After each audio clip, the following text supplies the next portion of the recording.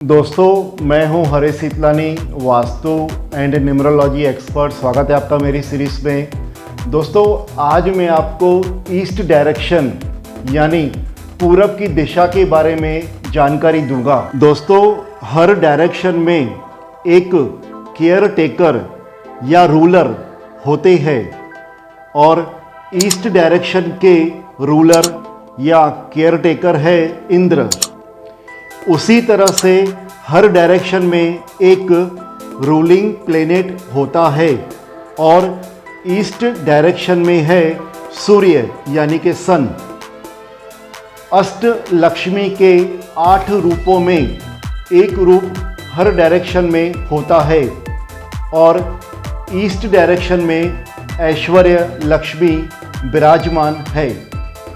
वास्तु पुरुष का right shoulder और चेस्ट एरिया ये ईस्ट डायरेक्शन को ऑक्यूपाई करता है।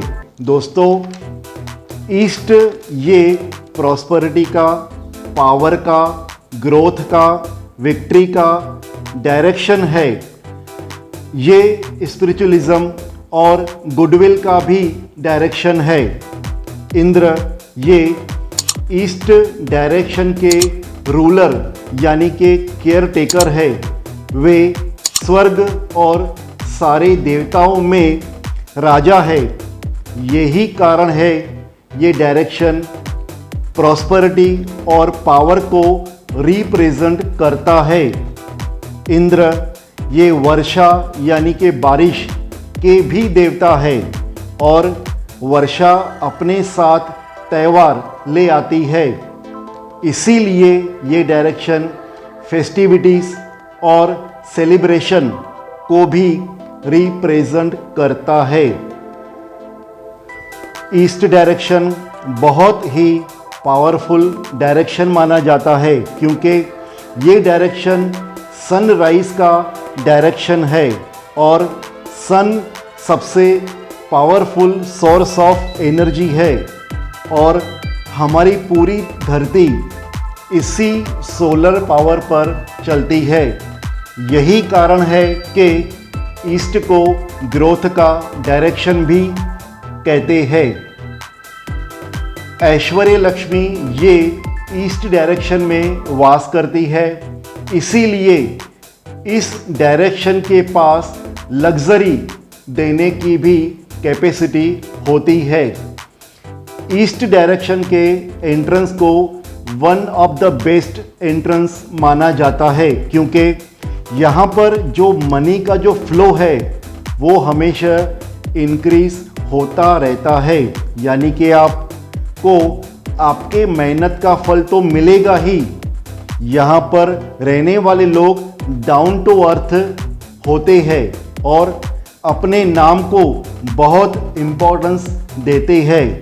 वो एक बार कोई फाइनेंशियल लॉस सहन कर सकते हैं पर अपने गुडविल, अपने नाम पर आंच नहीं आने देते हैं। यहाँ पर रहने वाले लोग बहुत ही अच्छे लीडर्स भी होते हैं।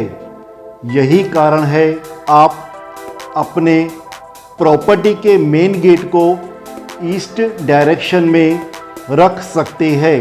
उसी तरह से आपका मेन एंट्रेंस यानी कि मेन डोर ईस्ट डायरेक्शन में आ सकता है। किसी कारणवश नॉर्थ ईस्ट यानी ईशान कोण में आपको आपका पूजा रूम यानी मंदिर रखने की जगह नहीं मिल रही है तो आप ईस्ट डायरेक्शन में भी अपना पूजा घर यानी कि मंदिर प्लेस कर सकते हैं। पूजा करते समय आपको ईस्ट की तरफ फेस करना चाहिए। आपके घर में ईस्ट की तरफ का बेडरूम है तो आप अपने बच्चों या अपने पेरेंट्स को दे सकते हैं। ईस्ट का डायरेक्शन हमेशा ओपन होना चाहिए, लाइट होना चाहिए क्योंकि जो अर्ली मॉर्निंग की सनराइज है वो हमारे घर में इजीली एंटर कर सके और हमारे घर के एटमॉस्फेयर को प्यूरिफाई कर सके। दोस्तों, यही कारण है हम हमारे घर में गार्डन या लॉन एरिया ईस्ट डायरेक्शन में प्लान कर सकते हैं।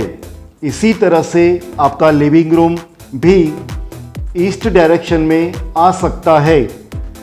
आपकी प्रॉपर्टी में किसी तरह का स्लोप यानी कि ढलान है तो वो टुवर्ड्स ईस्ट की तरफ होना चाहिए। अब हम देख लेते हैं कि ईस्ट डायरेक्शन में क्या नहीं आना चाहिए, यानी कि ईस्ट डायरेक्शन के दोष और डिफेक्ट्स क्या है। ईस्ट डायरेक्शन में कभी भी हमारा मास्टर बेडरूम नहीं आएगा। उसी तरह से टॉयलेट, सेप्टिक टैंक भी ईस्ट डायरेक्शन में नहीं आना चाहिए। किचन भी ईस्ट डायरेक्शन में नहीं होना चाहिए। ईस्ट डायरेक्शन आपका कभी भी एलिवेटेड नहीं होना चाहिए, यानी कि ईस्ट कभी भी साउथ, साउथ वेस्ट, वेस्ट से ऊपर यानी कि ऊंचाई पे नहीं होना चाहिए।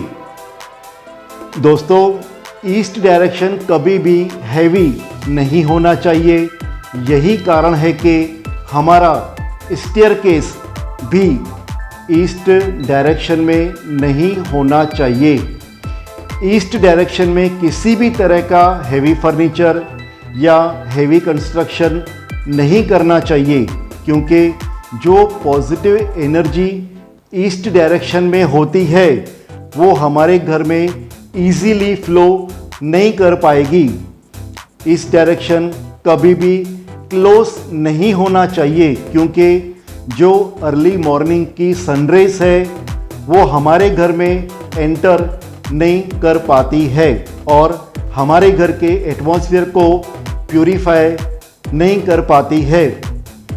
ईस्ट डायरेक्शन में किसी तरह के दोष और डिफेक्ट्स आते हैं तो हमारे हेल्थ, हमारे फाइनेंस और हमारे बच्चों के एजुकेशन पे असर पड़ता है। दोस्तों, मैं उम्मीद करता हूँ आपको मेरा ये वीडियो पसंद आया होगा। आपके मन में कोई सवाल है, कोई क्वेरी है, आप मेरे से कुछ जानना चाहते हैं तो दोस्तों नीचे दिए हुए ईमेल आईडी पर आप मुझे लिखें। आपको अगर मेरा ये वीडियो पसंद आया हो तो मेरे इस वीडियो को आप लाइक करें, शेयर करें और मेरी चैनल को आप सब्सक्राइब करें। आपका बहुत बहुत धन्यवाद।